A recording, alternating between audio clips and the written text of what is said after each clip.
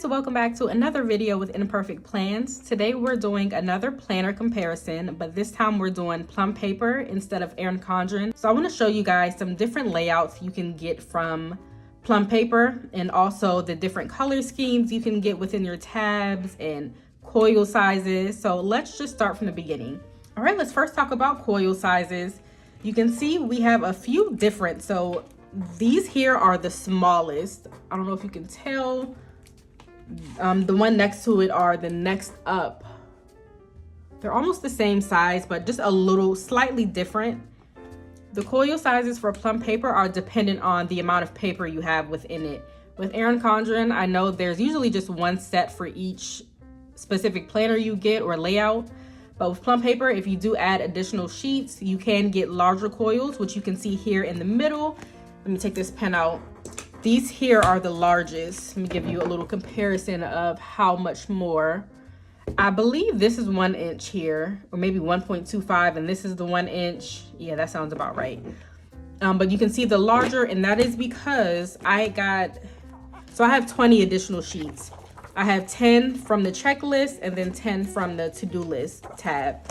And that's why I got the larger ones. And honestly, I don't mind either way. I do like having slimmer coil sizes because it doesn't draw as much attention to the actual planner or to the actual coils. You can like actually look at the planner more. Let me just give y'all another okay, so these ones are humongous. This is the Erin Condren coils that you get, and it doesn't matter. Well, I guess you can't add any additional sheets with the life planners, so these are the coil sizes you will get if you get the daily layout, and they are humongous. And I really don't like, if you look at it, I go straight to the coil when I look at this whole thing. They're humongous. They kind of get in the way if I'm trying to put it in a bag that's already packed with a bunch of other stuff. So I do like the slim coil sizes, and I do like that they're silver as well because it's, again, does not draw as much attention. All right, next. So I want to go over the covers, but I do not have any covers on these planners right now. So let me just grab it. I want to show y'all. And I'm glad I have these on here so that you can see the difference between Erin Condren and Plum paper. So here's the Plum paper cover that I got with my most recent one. And I do like it. It's super retro. It's cute. But as you can see, it's not laminated. It's just cardstock.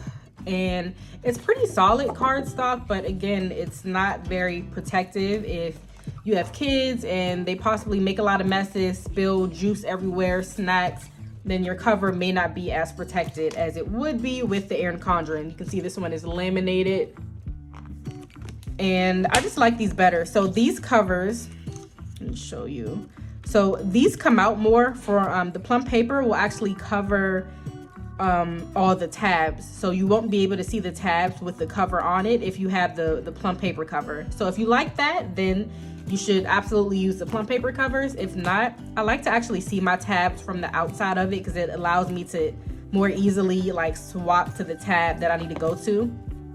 And I just like to see I feel like it just looks better if you can see the tabs on the outside. So that's the difference with the covers. There are 3 different color schemes you can choose from. We have the colorful theme here. Let me show you. So they kind of go in order. So they have all the greens first. They'll have all the purples together, the pinks. I guess these are more blue. The greens back here and so forth. This is absolutely my favorite out of all the color palettes. Let me show you what each page looks like with the color. Let me go to a blank one. Okay, so they even put the color within the layout, if you can see. So here's the purple. Let me see one that's a little bit more bright. Okay, here's the pink. And I really, really love this. So if I ever don't use stickers in my layout or decorate it a little bit, it still looks very vibrant, colorful, and fun. So if you like that type of vibe, then this is definitely for you. Get the colorful theme. Next, we have the modern color palette. This was the first one I ever got. And this one is very like grayish. I feel like that's a good word to use. They're colorful, obviously, but they're very like bland colors. So you can see this one is like a grayish blue. We have a navy blue. We have a turquoise, so a little bit of color here. And then we go to a pink and an orange. So this is a pretty, this is I guess my second favorite because the neutral is my least for sure, but it's pretty cool. If you want a little bit of color, but this is a bit too much for you, then the modern is definitely a good choice. Lastly, we have the neutral color palette, and I did not like this one. This is my husband's planner. That's why it's just the clear. Oh, that's another thing I should have said. So with Plum paper, you do get these clear, even though the covers are not laminated, you do get these clear covers to go on the front and back. I really don't like them. I feel like it's so annoying having so many covers in the front. You'll have this little clear cover sheet plus your actual cover. I'd rather just have it laminated and have it all in one. But it is here to actually protect the cover. I should have said that in the beginning, but yes, that's here. Mine, I actually put slits in it myself. I just grabbed some scissors and cut them so that I can take this out easy. But my husband is using this right now. This is his planner, so the clear cover is on here because they really don't make many masculine type covers on any site. On Erin Condren, maybe if you do a customized one. But even then, I don't know. I wish people made more customizable male planner covers. That would be really nice for men that like to use planners. But yes, so that's the outside. We went over the tabs. Next, let's look at the layouts. Okay, so we have the daily layout in the middle. These two here are weekly layouts, but they have different titles here. So I do want to show you guys both, but for now, let me just go to these two. So we have the weekly layout and then the daily. And the weekly layout has two different pages. You have the week at a glance page and then the actual weekly planning. They do have different options for each category. So they have different options for the daily layout and then also for the weekly layout. I went with these because they were best for what I needed it for. Again, this is the weekly priorities and this is the timed daily schedule. Let's first go over this weekly layout. Again, the weekly layout has two pages for the entire week. The daily, you get one whole page for each day. Okay, so this is the one I'm currently using and I absolutely love it. I love everything about it, the color, the amount of space that you get. So the way I customize mine, again, I feel like I've done this so many times in many different videos. So if you've seen this already, I'm sorry, I'm going over it again, but for everyone who has not seen it yet, here is my layout. I customized the titles myself. We have priorities up top, the general to-do list over here. This section is for work to-dos. I think it's supposed to be a timed layout, so you can write the time like 9 to 5 or whatever time you work here. But I decided to title it work to-dos instead so that I can put in my major projects and tasks for work. Down here, I use this little section for dinner plans, which is perfect because there are 7 lines, so there's 1 line for each day. Down here, we have a space for self-care. And then we do just have a blank box here. I use this for reminders, upcoming like due dates, or I don't know, just to decorate sometimes if there's nothing additional I need to write in.